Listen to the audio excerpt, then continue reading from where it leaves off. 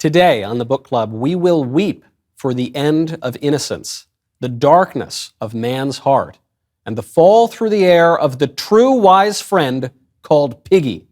But first, Dallas Baptist University is a comprehensive, Christ-centered, nationally ranked university with a mission to produce the next generation of servant leaders.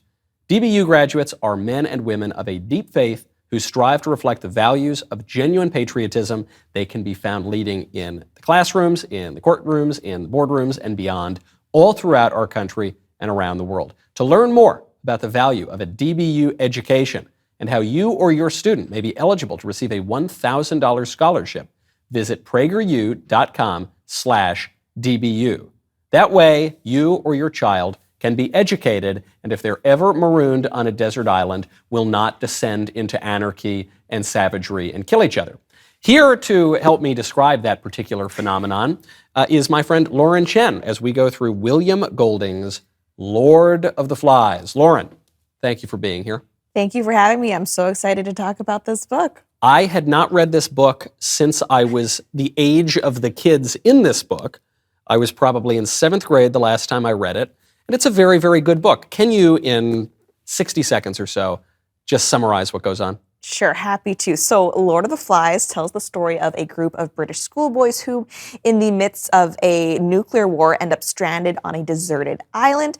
And the boys quickly elect this one character, Ralph, to be their leader. And he's very much symbolic of civilization, rules, and order. He wants to establish day-to-day goings-on the island and make sure that they can actually get rescued. Things quickly go south, mainly due to the fact that this other boy, Jack, would rather focus on the more primal elements of living on this island. So he's leading a group of what he calls the Hunters, who are the other choir boys, and quickly these two different factions who kind of represent the civilized versus uncivilized versions of ourselves, they come to deadly blows, and eventually after death, destruction, and almost burning down the island, this group is only ended up, they're eventually rescued by the military who happens upon them. Yes, so you mentioned in the beginning something that a lot of people forget about when they go over this book, which is the entire context for it. You've got the airplane flying in with these kids, something goes wrong in the airplane, the plane crashes, the kids end up on the island, there's no grown-ups. And they say at the beginning, if only there were grown-ups, if only there were adults, then we could take care of ourselves. But as you point out, the only reason the kids were on the airplane in the first place is there's a nuclear war going on. The grown-ups blew themselves up too. They probably wouldn't have done any better than the kids. Right, and that's what really interests me about this book, because I remember when I was first reading it, I was probably 12 or 13 or something. It was very much painted as, on a deserted island, we are uncivilized. That's the primal nature of the man versus what we are in society. But I think, like you, that Golding actually had a very different interpretation. And don't forget, he is someone who served during World War II and was also a teacher, which I think exposed him to a lot of darkness of humanity. I've been around school kids. We were just talking about that.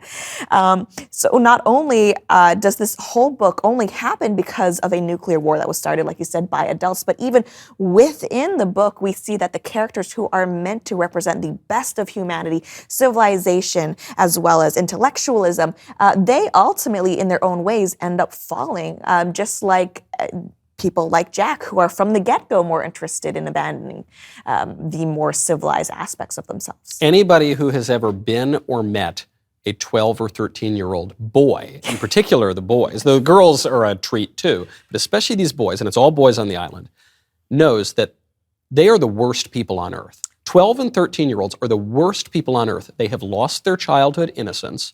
They have not yet been educated to maybe, hopefully, try to deal with themselves responsibly. They're mean, they're petty, they're vicious, and according to William Golding, they're killers. Yes, and I think it's really interesting that he comes from the position of a teacher that is writing about this, because I think him more than anybody would understand that, even though we might like to see the dividing line as being civilization versus not being civilized, I think you'll find that even within the realms of a society that has rules and laws, there still is the opportunity. And in fact, sometimes even the worst atrocities are only made possible by the fact that we have almost built ourselves up. Nuclear war, like one that started off this novel, is a great example of that. Well, this is the key, because at the very end, when we're skipping a little bit. Obviously, we'll go back. But at the very end, this ship shows up, and the boys do get saved. Right. And the English captain of the ship says, "So what's going on? What have you boys been doing? You've been just playing pretend and making war?" And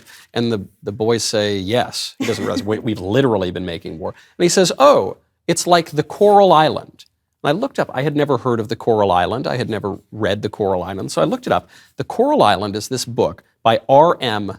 Ballantyne. And it's a book that was regularly assigned in British elementary schools and in American high schools. Shows you the comparative value of the, yes. And the Coral Island was a book about these 3 English boys, Western Christian boys, who go to a Polynesian island, and the island is full of these uncivilized, savage tribes that kill each other and eat each other and do all sorts of uncivilized, terrible things. And then the boys bring civilization to them, and the tribes are civilized, and this is a happy ending. And this book that Golding wrote is in a way the inverse of that book. Right. The first book, The Coral Island, was written in the 19th century. We're talking about the height of the British Empire, the Victorian age. You've got a Western civilization that's really proud of itself, very confident in what it believes. This book, The Lord of the Flies, was written just after the Second World War. In fact, a review of it in The Guardian when it came out said the book could not have been written before the horrors of Nazi Europe, the horrors of the Second World War, that while the Coral Island shows evil as something that is external to us, that we have to deal with, what Golding says in Lord of the Flies is that no, the evil lies within. Yeah, and I think it's interesting because comparing those 2 types of works, this is still a discussion that people are struggling with. Is man inherently good, or is man inherently bad? And I think, people have criticized Golding for being too pessimistic, and I've even heard people try to assert that he's racist in trying to portray the descendant of savagery through the use of things like face painting and hunting and spears, almost trying to draw a parallel. But see, these cultures that still do that, they're worse than us. But it's like, no, he's saying any negatives that are associated with that, that's just inherent to who we are as people. And I enjoy Hobbes. I'm a Calvinist. Personally, I am very much in agreement with Golding. And even if we look at what we've just been through the past 2 years, we haven't really seen a descent into anarchy or a lack of rule of law, but I still think the inherent, desire to abandon civility because of our fear, that is still very much with us, and I think we just saw that play out with COVID. Sure. Well, you did see a lot of lawlessness over the last 2 years. That's true, yeah. You see it at the beginning of the book.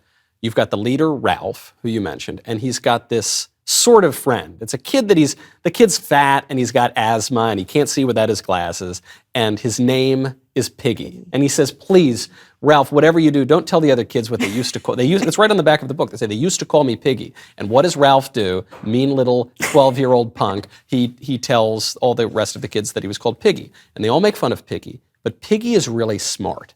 Piggy says, "This is a scientific world. Don't believe in ghosts, don't believe in monsters, believe in reason, believe in the rule of law." He finds a conch shell, that you blow through on the beach. He says, "This will be the symbol of leadership. Ralph, you will be the leader." And for a while, not for very long, but for a little while, the kids are behaving, and they're building huts, and they're exploring, and they're building the most important thing to them, which is the fire, the smoke signal, so that they can be discovered by a passing ship. But very quickly, everything breaks down and they let the fire go out. Right. And I think it's important to note that the reason why the fire goes out, it's not just because they forgot or they were lazy. It's because they were actively pursuing, I think it's hunting, right? That other more primal instinct, which, obviously, if you want to survive, you need to eat. But in this book, it's very much an allegory for that darker aspect of ourselves because of the way the boys engage in it. It's violent. And you can see that there are several times throughout the book where they almost act out these pig hunts as murders of other people, which they do end up doing to this one boy, Simon. Ironically, while he's trying to reason with them that there's no monster on the island, they, in their bloodlust, end up killing someone who is trying to present them with reason and logic. You bring up Simon. I think he's my favorite character in the whole book. So we've already got, for those who are tracking the characters, we've got Ralph. He's the leader. He's elected chief. Then you've got Jack. He's the hunter who makes himself the rival chief. You've got poor little Piggy, who's just trying to be protected and call people back to reason. And you've got Simon, who's in a way the prophet or the priest of the island. After the hunters go and they kill this hog, they're so afraid of the ghosts, the beast, the evil that lurks, they believe, outside of themselves on the island, whenever the darkness comes, that they leave a sacrifice, literally an animal sacrifice, which is the head of the pig. Right, the Lord of the Flies. And the Lord of the, because all the flies come to the head of the pig on the spike. And so Simon, this strange kid, kind of the prophet or the priest of the island, he goes up and he has a conversation with this pig sacrifice idol. And the pig sacrifice idol says, the evil, it's in you all. You can't run away from me. The darkness of man's heart is just where it is. It's just in man's heart. And you mention that the hunters and all of the kids eventually would not merely go on the hunt, but they would act out the hunt. They would perform a ritual. It seems a lot like a religious ritual to pretend one kid is a pig and one kid is the hunter. And it seems like any kind of savage tribal dance.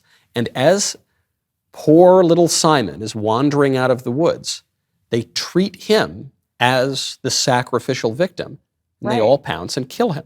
And I think what's so frustrating about that scene is that not only is Simon almost kind of just minding his own business, but the reason why he is descending from, I think, the area that he was in where he had seen this pig head as well, is that during one of the nights, there is a paratrooper, someone who, a soldier that ends up parachuting down to the island who dies. Some of the children who are on the island see that and they interpret that from afar to be the beast. And this sort of, it spurs on all the irrational fears that they're having. Simon gets a closer look and he sees it for what it really is. Oh, this isn't a monster that's going to get us.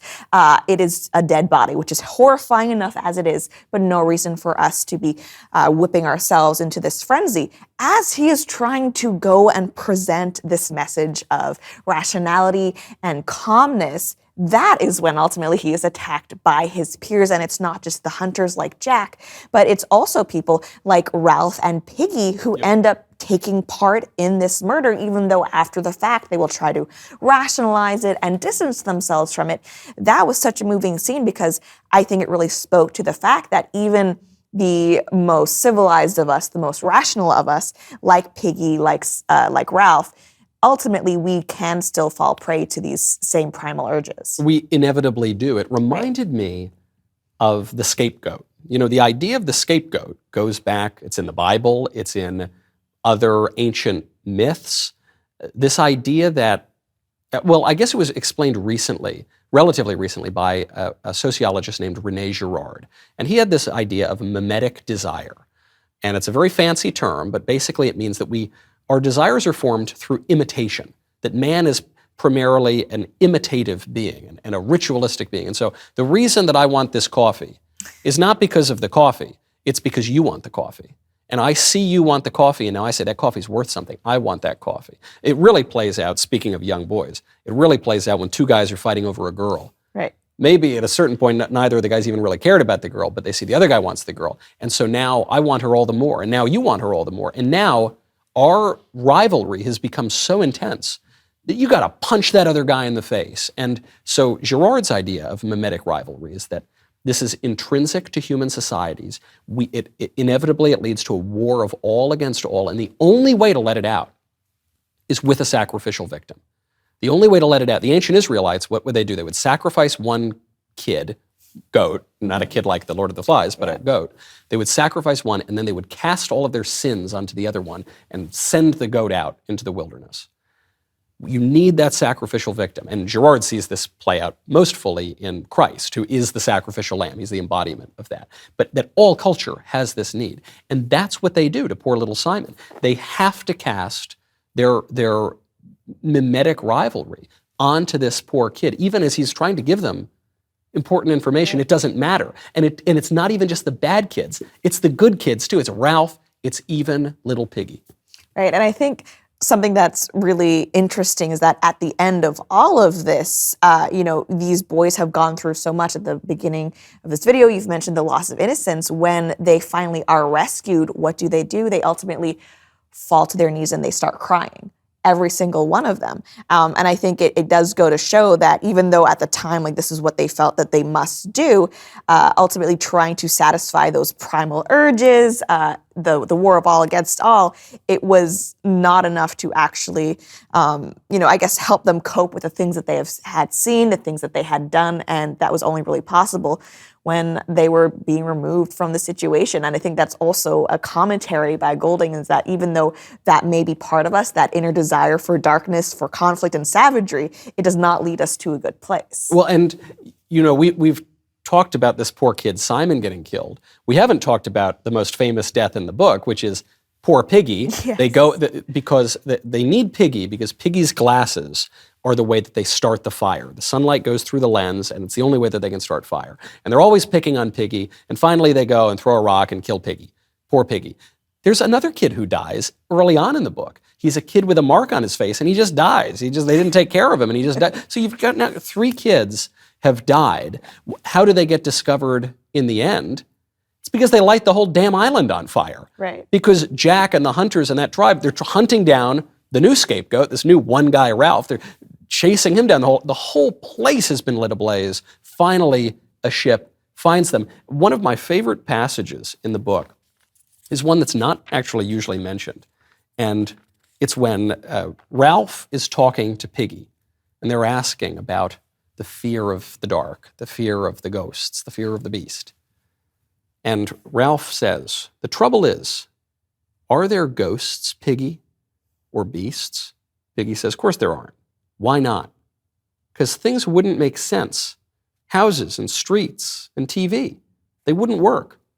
The dancing, chanting boys had worked themselves away till their sound was nothing but a wordless rhythm. And then Ralph asks the pressing question, "But suppose they don't make sense? Not here, on this island. Supposing things are watching us and waiting." All this liberal modernity that we're living in, where we've got 5 fancy coffee machines within a stone's throw. We've got nice cars and heating, and food is everywhere, and everyone's really polite. Suppose that's fragile. Suppose that's not just permanent. Suppose there's something really dark crouching within each of us. And the moment you take just a little bit of that veneer of civilization away, things can get really dark. I mean, I personally think that you've just described reality. And I know that there are people who will push back, those who believe that no man is inherently good. And, being in a civilization, even if we are perhaps more prone to rougher aspects when we are alone, just being accountable to each other, that will make us good. I still disagree with that, but you mentioned Piggy's glasses, and those are interesting, I think, because not only, do they represent a way for a conflict to arise within the book, but I think they also represent man's conflict with nature itself. So we have man's conflict with man and our inner demons, but also with nature itself, being almost in some ways fighting against our urge to civilize. You mentioned the fire. It's only through destroying nature that they are eventually saved. And it's the same thing with Piggy as a whole, in addition to his glasses. He is someone who represents man's rationality. He is overweight. He has asthma. He is incapable pretty much of seeing without these glasses. And these glasses are the only things that are really enabling these boys to survive long term and to continue to live on. So I'm not saying that Golding was perhaps anti-environmentalist, but I do think it's interesting that that tension, that friction is also there. And I am not a Calvinist, so I maybe don't have quite as dark a view of human nature as you do. But, certainly one could not read this book or look around reality and say man is at all times just a jolly, happy, wonderfully beneficent soul. That perhaps man is not entirely and completely depraved, but man is made in this would be my take at least, man is made in the image of God. We have some good desires, but we're so fallen. We've been kicked out of the Garden of Eden. There's original sin. The imagination of man's heart is evil from the beginning, as you see in the Bible, that our good desires can go really, really wrong. And you still see the way that they know how they're supposed to behave is within them. Even these little boys on the island, they know they're supposed to be good, but they just don't do it. Even the best ones among them do not do it. And that's what's kind of the most interesting part for me of the book as you're starting to read it is that you can see slowly the boys start to realize that, okay, we know right from wrong and what we're supposed to do, but who's still here to keep us accountable? There's this one character, I believe his name is Roger, who's almost the sociopath, right? The one who's total killer. Total killer. And, it kind of starts off this one scene where he's, I think, throwing rocks at this other kid. And, he's not murdering or really hurting him seriously, but you could tell that urge is there. And even just reading that passage, ultimately, you know that, all right, we know what he wants to do. He's not doing it, but he's not doing it not because of any inherent good in him, but because he knows there are consequences, but those consequences no longer apply to this situation. And that's kind of a terrifying realization that I think if this were to happen in real life, would ultimately unfold. And we see that in emergency situations. It's not really rioting, looting necessarily happening, 1 second after the flood. Yeah. There's that security that people feel, and things take a while to gradually break down. We've seen it. You mentioned the last 2 years with COVID, but right. We've seen it in the last 2 years with the Love. the BLM riots. Yes, the Summer of Love that was really a summer of hate. That the moment that you spread the idea that the system of justice isn't really going to work, if you commit crimes, you're not really going to be held to account. The minute the grown-ups leave in our allegedly civilized society, you get looting and rioting and burning and murder coast to coast. As we film this right now, we are living through one of the greatest crime waves, crime surges in recent history because of that precise problem. Right, and I think it's true. It might seem like esoteric fiction to imagine us in a situation where we are on this stranded island. It's a lot easier and more topical to imagine perhaps a system where police simply don't show up if they're called, where, perhaps you just aren't charged for crimes. And so we're already, like you mentioned, seeing the results of that on a lesser scale. But I think going back to the idea that this is still a topical conversation, there are still people out there who would deny man's nature to indulge in those darker behaviors if he knows that there are no consequences. Right. And even the different uses you can have for the same things. The most important character in the entire book, as far as I'm concerned, is the fire. The fire is what they're always talking about. The fire is at the heart of the conflict. The fire is at the heart of their salvation. And Ralph and Piggy want to use the fire. They're obsessed. The fire is all. Forget about hunting. Even forget about lots of the other things you want to do. Keep the fire going. Fire is the gift from Prometheus to man. Fire is one of the things that distinguishes man from all of the other beasts. We can make fire. We can control fire. And the bad boys want the fire too, but they just want to have the fire to go char their pork and be able to go and hunt to eventually destroy. And eventually destroy the entire island. The fire for Ralph and for Piggy represents hope. The only hope they've got that they can get off of this island. And the really bad boys, they've lost their hope. They don't have any hope. They are not trying to get off the island. They are living as less than human. They're living as animals, grunting and hunting and killing each other like they would any other wild animal. And I think that still summarizes a great duality of man right now. You have those who politically, philosophically, within their personal lives, are wanting to preserve the fire and hold out for that salvation or that hope. And you have other people who simply do not care, who would rather wallow in their current situation. And that conflict is as real today as it is on that island. Thankfully, at least where we are right now, it's not bursting into flames among us. But I think we have yet to, in the 70 years that this book was written, find a way to solve that. In a way, the book, though it's chock full of wisdom, but it's also... It's just, here are problems. Yes. Not necessarily solutions, but there's certainly no solutions in it. But though the book is very full of wisdom, it's also clearly a product of its time. Mm-hmm. And I guess here, this book as the answer to the Coral Island is important for us to think about. This is a book of a man who has given up hope for civilization. I don't want to speak for the Nobel Prize winning William Golding, but this is a man who looked at the Coral Island and he said, that's not how things really are. This idea that we in the West can go around and civilize the world and have a hope for a better future. That's not what I saw with the atom bomb. That's not what I saw with the Nazis. That's not what I saw with the communists in the Second World War. This is a really cynical, pessimistic take, and I'm not sure it's the correct one. It's, as we've been describing, it is one side of the story, and there is deep wisdom in that side of the story. We will kill Piggy. Leave us alone on an island. We are going to kill poor little Piggy. Is there a way for Western civilization to get our mojo back, though? Is there a way for us to be confident in our beliefs, have confident hope for the future? Can we wait for that ship to show up on the coastline once they see the smoke that we've burned our whole civilization down with? Well, I mean, it's funny because I'm someone who, like you mentioned, I'm more inclined to agree with Golding.